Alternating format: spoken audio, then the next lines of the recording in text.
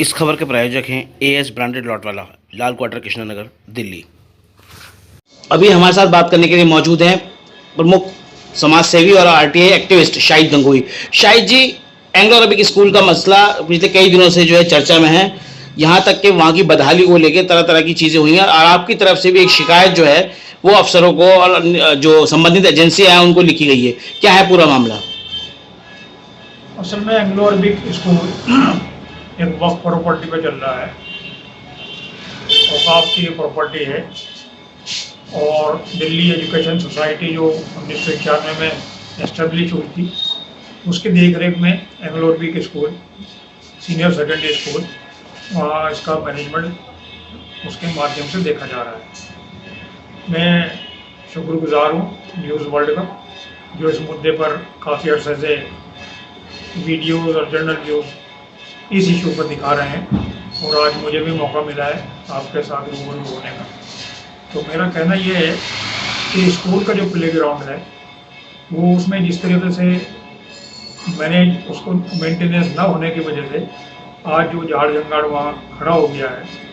और हकीकत ये है कि कोई 2-4-6 दिन की ये बात नहीं है, जो हमें हमारे संज्ञान में आया है पिछले 6 साल से इसकी यही दुर्दशा है। बल्कि मैं यूँ कहूँ, जब से यहाँ से दिल्ली कॉलेज जाकिर हुसैन कॉलेज यहाँ से शिफ्ट हुए हैं, जब से ही मुसलसल ये बदहाली का शिकार है, क्योंकि इसका मैनेजमेंट और मेंटेनेंस जो कॉलेज की अथॉरिटीज़ देखती थी तो उनके पास फंड्स वगैरह भी अच्छे खासे होते थे। जैसा दिल्ली एजुकेशन सोसाइटी के नायब मेंबर खलील साहब ने पिछले दिनों वीडियो के माध्यम से उजागर किया है। ये हकीकत है, उसका मेंटेनेंस हकीकत में वो एंग्लो अरबिक की तरफ से ना होकर कॉलेज एडमिनिस्ट्रेशन की तरफ से हुआ करता था। लेकिन फिर भी चूँकि स्कूल का एक पार्ट है, दिल्ली एजुकेशन सोसाइटी से कॉलेज शिफ्ट होने के बाद तमाम उनकी देख रेख में सारी चीज़ें हो रही हैं। और स्कूल एजुकेशन के साथ साथ क्योंकि उसमें पीटी और फिज़िकल एजुकेशन का भी पार्ट होता है, तो हमारे बच्चों के लिए फसीली शहर में ख़ास तौर से एक बहुत बड़ा प्ले ग्राउंड ये है, जिसकी अनदेखी की वजह से ये वहाँ जो गेम्स बच्चे पहले खेलते थे वो इस तरीके का अरेंजमेंट वहाँ देखने को नहीं मिल रहा है। काफ़ी शिकायत अभिभावकों की ओर से और वहाँ के जो छात्र हैं उनकी तरफ से निरंतर स्कूल प्रबंधन और मैनेजमेंट को गई है, लेकिन उस तरफ कोई ध्यान नहीं दिया गया। पिछले 5-7 महीने पहले फसीली शहर के कुछ जागरूक लोगों ने स्कूल प्रिंसिपल वसीम अहमद साहब के साथ एक मीटिंग की, जिसमें स्कूल के मैनेजमेंट के पक्ष के भी कुछ लोग थे और प्रतिपक्ष के भी लोग थे, और ये मुद्दा वहाँ भी उठा कि भाई ये अनदेखी क्यों हो रही है। तो स्कूल प्रबंधन की तरफ से प्रिंसिपल साहब जो वसीम अहमद साहब हैं, उनका कहना ये था हमारे पास वो इक्विपमेंट नहीं है, स्कूल के पास वो मशीनरी नहीं है जो इतने बड़े लॉन की देख रेख और मेंटेनेंस हो सके। फंड्स की कमी है, और फंड्स की बात भी उन्होंने कही। तो कुछ लोगों ने कहा कि भाई स्कूल के जो छात्र हैं उनसे भी काफ़ी पैसा आता है और यहाँ कमर्शियल चीज़ें भी होती रहती हैं, तो उससे भी कुछ रेवेन्यू आता है, तो पैसे की ऐसी दिक्कत नहीं होनी चाहिए। और ये बच्चों के जो छात्र वहाँ हैं उनका हनन हो रहा है, उनके राइट का हनन हो रहा है, तो प्ले ग्राउंड तो साफ होना ही चाहिए था। मेरा आपके चैनल के माध्यम से ये भी कहना है, जहाँ एक तरफ पार्क की प्ले ग्राउंड के अनदेखी होने के कारण वहाँ के स्टूडेंट्स को खेल कूद की सहूलत अवेलेबल नहीं है, उसी के साथ साथ उसी कंपाउंड के अंदर हज़रत हाफिज़ सादुल्ला खां साहब सूफी जी की एक मज़ार है जो अंदर तहखाने में है, इसीलिए उनको तहखाने वाले बाबा भी कहा जाता है। वहाँ भी श्रद्धालु जुमेरात के रोज़ अक़ीदत के लिए जाते हैं और उनको भी इस झाड़ जंगाड़ की वजह से बड़ी चीज़ों का से गुजरना पड़ता है। बरसात का मौसम हो ना भी बरसात का मौसम हो, जब ऐसी झाड़ जंगाड़ और झाड़ी हो जाती है तो वहाँ कोई भी मोज़ी जानवर, सांप, बिच्छू, इस तरीके से जो इंसान को वहाँ से गुजरने वाले को हानि जानी तौर पर नुकसान पहुँचा सकते हैं, बराबर निरंतर ख़तरा बना हुआ है। फिर दूसरी चीज़ जो है, जो हमारे संज्ञान में आई है, जो हमने कुछ लोगों से डिस्कशन करा है और इसकी स्टडी की है, जहाँ इसके लिए स्कूल प्रबंधन जिम्मेदार है। वहीं हमारे हमारे मैं समझता हूँ कि हमारी जो सिविक सोसाइटी है और सिविक एजेंसीज हैं, जिसमें चूँकि कॉरपोरेशन के दायरे अख्तियार में आता है, उनकी भी अनदेखी का एक कारण है जो यहाँ मैनेजमेंट को वो निर्देशित नहीं कर सके। क्योंकि जहाँ इस तरीके की हरियाली होती है, ग्रीनरी होती है, और वहाँ का वो प्रबंधन जिसकी भी प्रॉपर्टी के अंदर वो होता है, क्योंकि अगर हम इसको प्राइवेट प्रॉपर्टी में माने, लेकिन चूँकि हरियाली और ग्रीनरी जब वहाँ पैदा हो रही है तो उसकी मेंटेनेंस बहुत ज़रूरी है।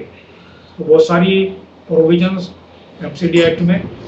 और दूसरे ग्रीन ट्रिब्यूनल्स में ऐसे प्रोविजन है कि जिनके अहाते में, जिनकी बाउंड्रीज में इस तरीके की ग्रीनरी की हो रही है और उसकी वजह से लोगों को नुकसान पहुंच सकता है, छात्रों को नुकसान पहुंच सकता है, वहाँ दरगाह तक पहुंचने वाले श्रद्धालुओं को नुकसान पहुंच सकता है। ये थोरली टोटली पब्लिक न्यूइसेंस का केस है और इसी पब्लिक न्यूइसेंस को देखते हुए हमने एक शिकायत पत्र स्कूल प्रबंधन और निगम के सिटी SP जोन को पहुंचाया है, जिसपे सोमवार को एक बार जो वार्ड कमेटी की रेगुलर मीटिंग होती है उसमें भी स्थानीय पार्षदों ने इस मुद्दे को उठाया है। और क्योंकि कॉरपोरेशन को बहुत सारे प्रोविजंस में ये अधिकार प्राप्त है कि वो प्रबंधन को इस बारे में निर्देशित कर सकता है, नोटिस कर सकता है, पेनल्टीज कर सकता है और दूसरे लीगल वो जो भी स्टेप्स हैं वो लिए जा सकते हैं उस चीज़ को वहाँ से पब्लिक न्यूसेंस को खत्म करने। शाही साहब, एक चीज बहुत अहम जो इसमें देखने को मिली कि बाहर पब्लिक जो सिविल सोसाइटीज के लोग हैं उन्होंने एक फेडरेशन बनाई, फेडरेशन के लोगों ने इसको लेकर मीटिंग करी, सारी चीजें हुई, जबकि वहाँ के जो रखरखाव का जिम्मा है, स्कूल का सारा जिम्मा है, वो दिल्ली एजुकेशन सोसाइटी देखती है। वो क्या वजह रही कि क्यों वो उनकी तरफ से इसकी अनदेखी की गई, जबकि स्कूल से रेवेन्यू भी आता है, स्कूल में बच्चे भी हैं, उसके बावजूद इसकी तरफ ध्यान नहीं दे रहे, इतने बड़े बड़े लोग उसके अंदर शामिल हैं, ये क्या वजह रही? देखिए, न्यूज़ वर्ल्ड के माध्यम से मैं बिल्कुल खुले तौर पे एक बात को कह देना चाहता हूँ। प्रबंधन कमेटी का इसमें दोष जरूर है, लेकिन वो जो दिल्ली एजुकेशन सोसाइटी है वो एक बड़ी सोसाइटी है जिसको लीड करता है वाइस चांसलर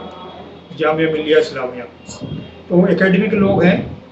लेकिन यहाँ क्यों अनदेखी हो रही है, बीच में क्या गोलमाल है, क्या वजह लापरवाही की क्या है, ये एक जाँच का विषय है। और सिविल सोसाइटी जहाँ इस स्कूल के शिक्षा को लेकर फिक्रमंद है वो अपनी जगह एक दुरुस्त चीज़ है, लेकिन मेरा तजुर्बा और मैंने जो एक्सपीरियंस किया है, तो कुछ लोग जो सिविल सोसाइटी का नाम लेकर या ओल्ड बॉयज़ का नाम लेकर ये चीज़ों को उठाने की कोशिश कर रहे हैं। तो चीज़ें तो ठीक है, लेकिन वो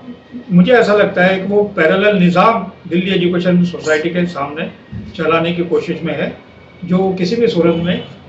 सपोर्ट जिसको नहीं किया जा सकता है। हाँ, जो वहाँ की कमी है, एडमिनिस्ट्रेशन का कमी है, लापरवाही है, शिक्षा का गिरता स्टैंडर्ड है, उसके लिए हम जो वहाँ के जिम्मेदार हैं, मैनेजमेंट कमेटी है स्कूल की या गवर्निंग बॉडी है, इसको हम अवगत करा सकते हैं। और इंडिविजुअल तौर पर या सोसाइटी एज ए होल वो भी इसमें कर सकते हैं, लेकिन पैरेलल सिस्टम चलाकर नहीं। तो मतलब आपको उम्मीद है कि जो आपने शिकायत दी है उस पर जरूर जो संबंधित एजेंसियां हैं वो संज्ञान लेंगी और इस पर जो है स्कूल प्रशासन को दिशा निर्देश जारी करेंगी। इस स्कूल के अलावा भी बहुत सारी जगहों पर इस तरीके की चीज़ें आई जहाँ एडमिनिस्ट्रेशन कुछ इस तरीके का ध्यान नहीं दिया जा रहा था, तो वहाँ भी इस तरीके की शिकायतें देकर जो उसके संबंधित एजेंसीज हैं उनको सतर्क होना पड़ा और उनको एक्शन लेना पड़ा, और इस एक्शन का नतीजा आता है। यहाँ भी स्कूल में भी आना शुरू हो गया है और बाकायदा जो सिविक एजेंसीज है उसके हम संपर्क में बने हुए हैं, उनके अधिकारियों के संपर्क में बने हुए हैं। हमारे निगम पार्षदों ने भी इस मुद्दे को वार्ड कमेटी में उठाया है। वहाँ पर भी डिप्टी कमिश्नर महोदया जो उस काम को देख रही हैं, उन्होंने अपने अधिकारियों को निर्देशित किया है कि जो भी निगम की ओर से वहाँ हो सकता है, प्रशासन को क्यों पेनलाइज करना है या अपने तौर पर कुछ चीज़ों को करना है, उन्होंने अधिकारियों को कहा है कि वो वहाँ जाएं और उसके संज्ञान लेते हुए अपनी एक जांच रिपोर्ट पेश करें ताकि उचित कदम उठाया जा सके।